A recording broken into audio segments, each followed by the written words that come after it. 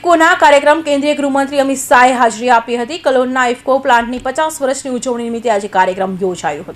કેન્દ્રીય ગૃહમંત્રી અને સહકારિતા મંત્રી અમિત શાહ આજે ગુજરાતમાં છે। કલોલમાં ઇફકોના કાર્યક્રમમાં તેમણે હાજરી આપી। કલોલના ઇફકો પ્લાન્ટની 50 વર્ષની ઉજવણી નિમિત્તે આજે કાર્યક્રમ યોજાયો હતો।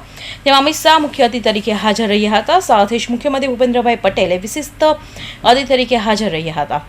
રાજ્યના કૃષિ મંત્રી રાઘવજી પટેલ પણ આ કાર્યક્રમમાં હાજરી આપી હતી। કાર્યક્રમમાં હાજરી આપવા સાથે અમિત શાહે ઇફકો પ્લાન્ટમાં સીડ રિસર્ચ સેન્ટરનું ઉદ્ઘાટન પણ કર્યું હતું। સમારોહમાં રાજ્યભરમાંથી મોટી સંખ્યામાં ખેડૂતો હાજર રહ્યા હતા।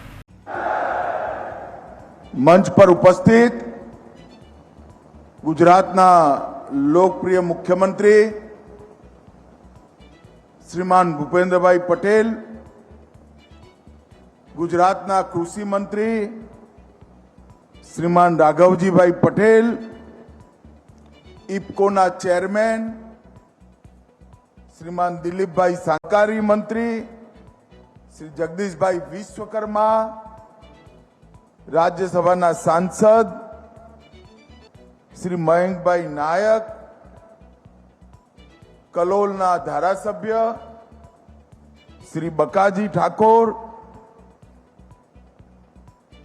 શ્રી ઉદયશંકર અવસ્થી અને આજના કાર્યક્રમમાં ઉપસ્થિત સહકાર સાથે જોડાયેલા સભી ભાઈઓને મારા રામ રામ નમસ્કાર। મિત્રો, આજે ખૂબ શુભ દિન છે।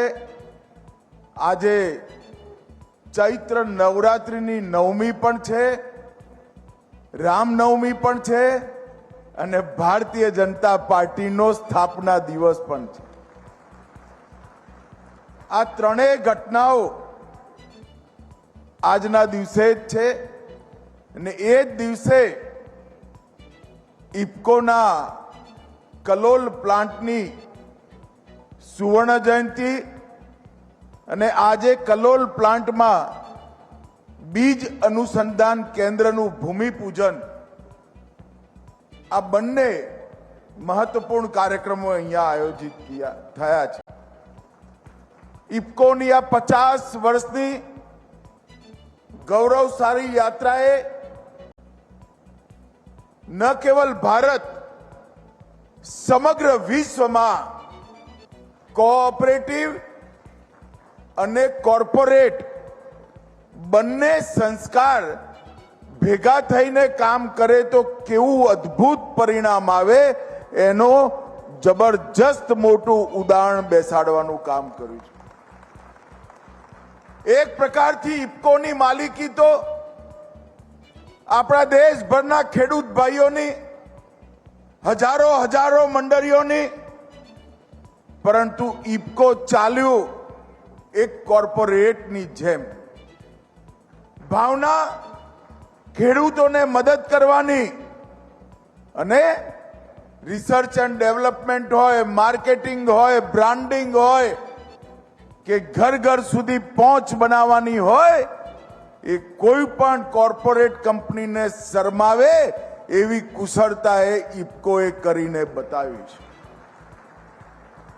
અને આજે ભારત ખાદ્યાન્નના ક્ષેત્રમાં આત્મનિર્ભર છે, મારા મનમાં કોઈ સવાલ નથી।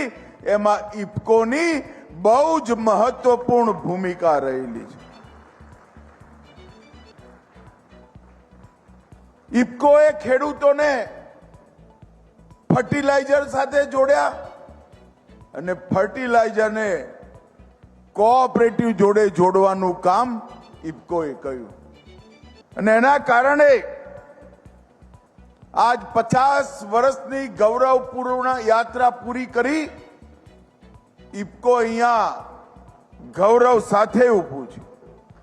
અને મને વિશ્વાસ છે જ્યારે ઇફકોની શતાબ્દી મનાવાશે ત્યારે દુનિયાભરની સહકારી સંસ્થાઓમાં ઇફકોનો ડંકો આજની જેમ જ વાગતો હશે। ઇફકોએ અનેક પ્રકારના રિસર્ચ એન્ડ ડેવલપમેન્ટના પણ કામ કર્યા। જ્યારે ઇફકોના આ કલોલ કારખાનાનું ભૂમિપૂજન થયું એ વખતના જમાનામાં 50 વર્ષ પહેલા એક મોટી ક્રાંતિ ગણાતી હતી અને જ્યારે સમય બદલાયો, nano urea, nano DAP, nano liquid urea, liquid DAP, એના માટે રિસર્ચ કરી, પ્રયોગો કરી, સિદ્ધિ મેળવી અને ઉત્પાદનમાં બદલવાની વાત આવી ત્યારે પણ સમગ્ર ભારતમાં ઇફકો 1 નંબરે રહ્યું. હું બરોબર આ પ્રક્રિયા સાથે પૂછતાછ કરતો રહેતો હતો. શ્રી અવસ્થી અહીંયા બેઠા છે. અવસ્થીજીની દૂરંદેશી અને સાતત્યપૂર્ણ ફોલોઅપના કારણે આજે ઇફકો નેનો યુરિયા અને ઇફકો નેનો ડીએપી સમગ્ર વિશ્વની અંદર ભારતના ઇફકોની સ્થાપના 1975માં થઈ હતી. ઇફકો યુરિયાનું ઉત્પાદનનું કામ કરે છે. છેલ્લા 50 વર્ષમાં ઇફકોએ ખૂબ સફળતા મેળવી છે. ઇફકોનું કામ માત્ર યુરિયાનું ઉત્પાદન પૂરતું સીમિત નથી રહ્યું, તેણે જમીન સંશોધન ક્ષેત્રે પણ નોંધપાત્ર કામગીરી કરી છે, જેના કારણે વિશ્વભરમાં ભારતને સન્માન મળ્યું છે. કૌશિક પટેલનો report, Hind TV news, Surat.